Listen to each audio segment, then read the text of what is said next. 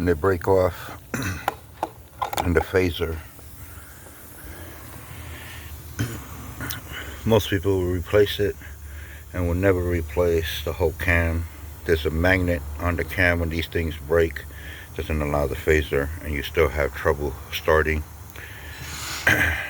When that thing breaks, always replace the whole camshaft, because there's a magnet that belongs in there that also breaks off, and you will have trouble starting the vehicle.